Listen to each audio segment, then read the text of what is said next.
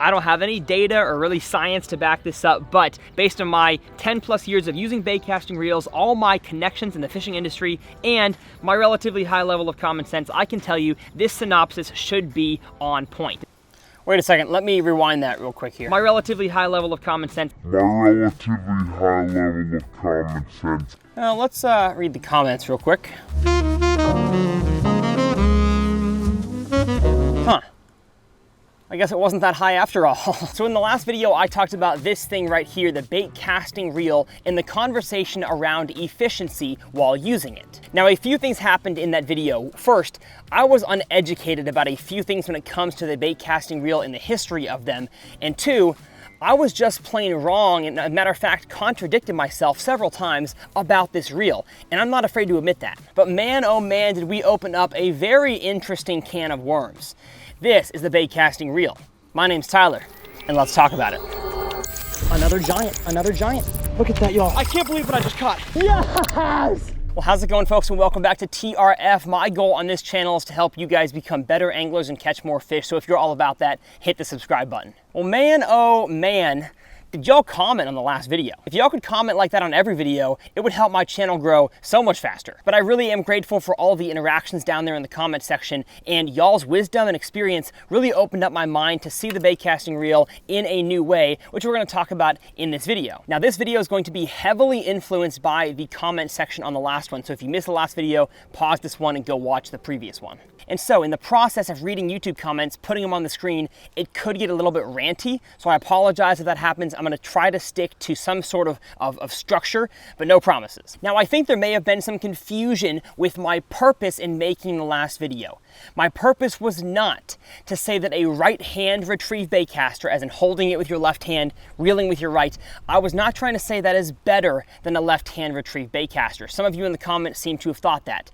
What I was trying to say was that the efficiency argument, at least in my mind, is debunked. The switching hands that causes you to catch less fish. I think the effect of switching hands for 99.8% of bass fishing scenarios is totally negligible on the amount of fish you catch and the amount of bites you are able to feel. I think that switching hands is just as good for the majority of anglers as guys who cast with the hand on the rod and never switch. Now, there was a lot of people that disagreed with me and said that I am technically less efficient. So if we're gonna get technical, let's whip out the definition of efficient. The Oxford Language Dictionary definition of efficient is especially of a system or machine achieving maximum productivity with minimum wasted effort or expense. And the similar definitions are of a person working in a well-organized and competent way and preventing the wasteful use of a particular resource. So if we're going to get absolutely technical here, the official definition does support not switching hands, but especially that first supporting definition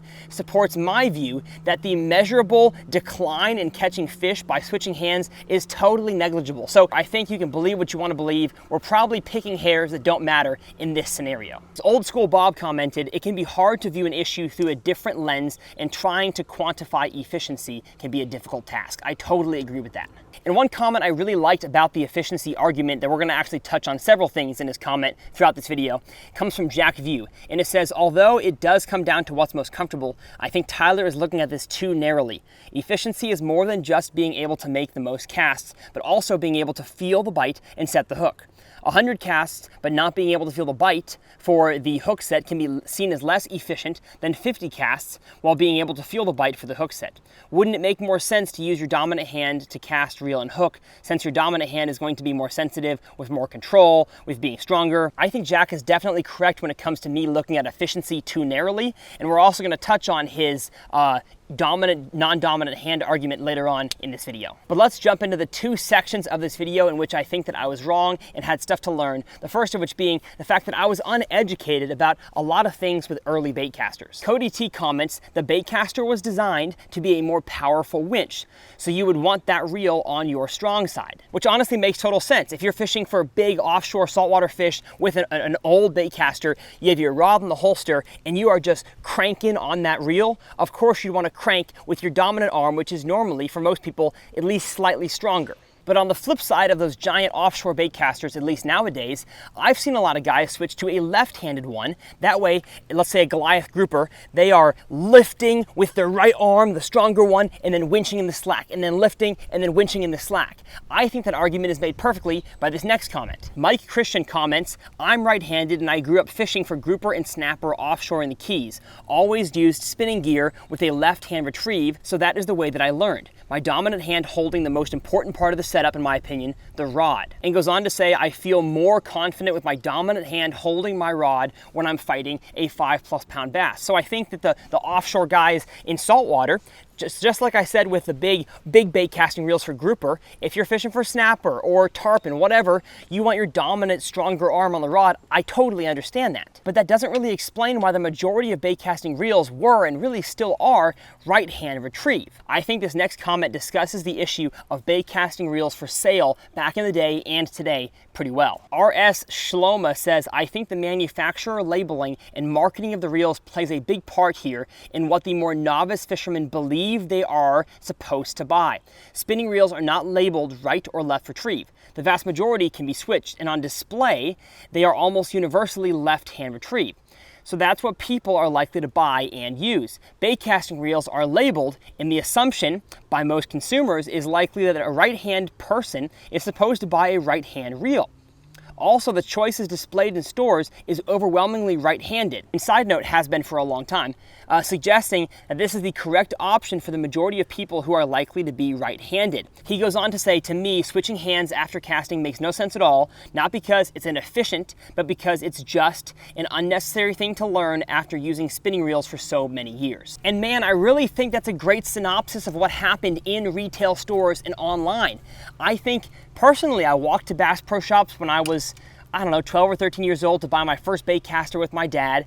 I am right-handed, so I saw on the sign, right-hand bait caster, that's the one you gotta buy. And honestly, he's probably right. That is a far greater persuasion method than somebody telling you, you're gonna be more efficient, less efficient using this one or this one. I think people see what they are on a sign and they buy that thing. And so if you're like me and you grew up using a bait caster on the right side because that's what the majority of retail stores had, you're going to be most comfortable using that and not feeling like switching. And so the question still stands, why were left-hand retrieve reels not produced and sold back in the day as much as they are now?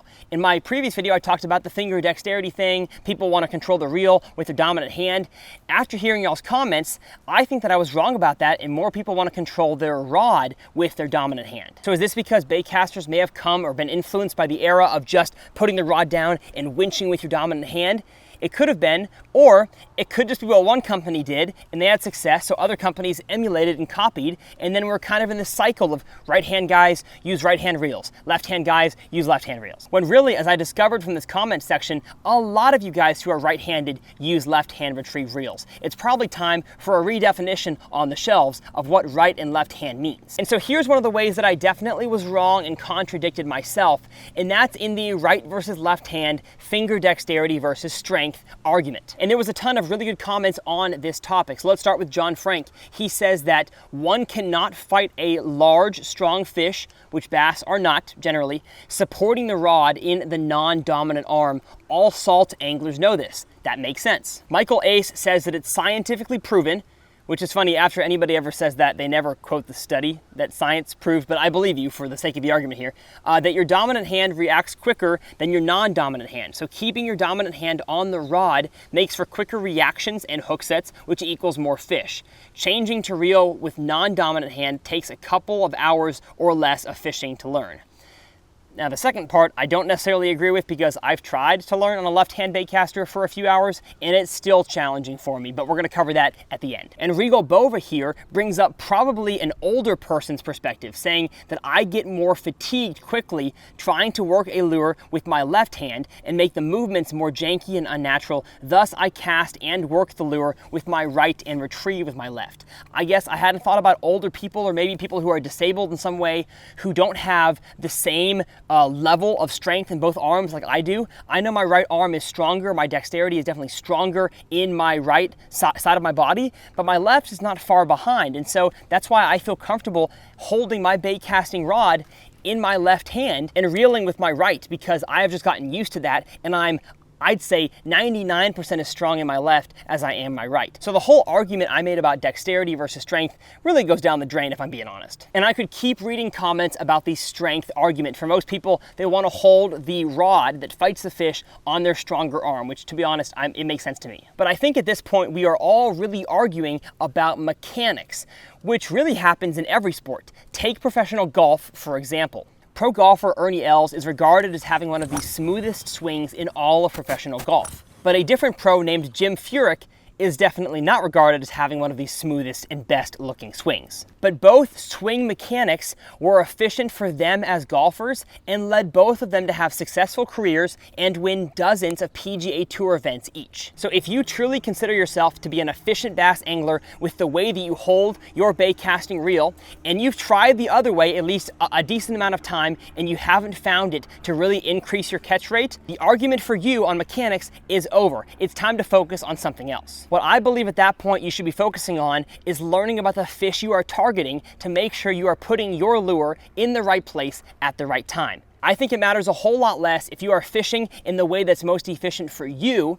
but using the right lures in the right places, than if you are fishing in the most efficient way possible with a bait casting reel, but you're not throwing the right lures and you're definitely not throwing them in the right places. I honestly believe that's the reason why the 72-year-old angler in his 1985 Skeeter catches so many fish.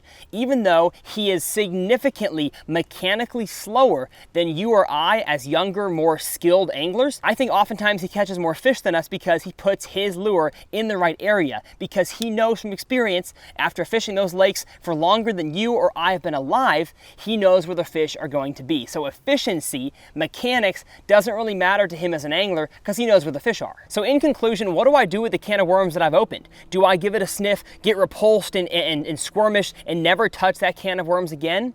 Or do I muster up the courage to stick my hand in there, grab a worm, and give it a try? That was a metaphor, by the way, for left-handed reels, if you didn't pick up on that. So I am making the commitment in front of you guys right now that I'm going to pick up a left-hand retrieve reel.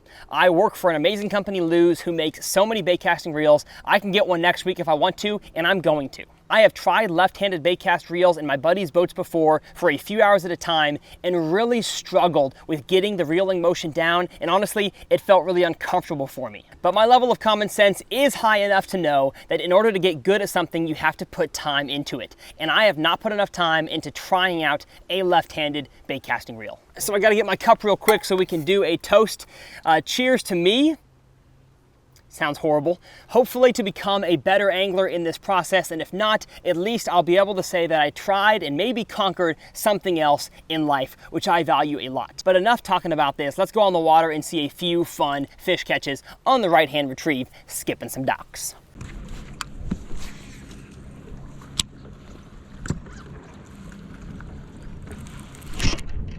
Oh, dang it.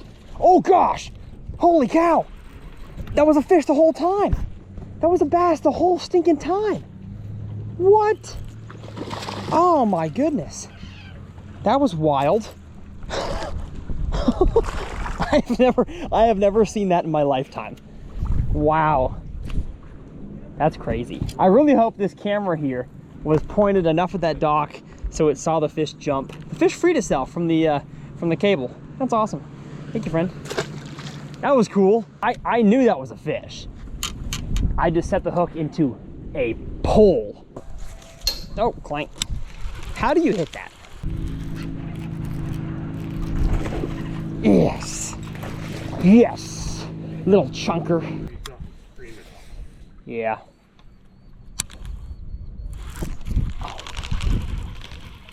You. How dare you? Dang it, boy. You. I'm gonna absolutely crack. I'm not even gonna check.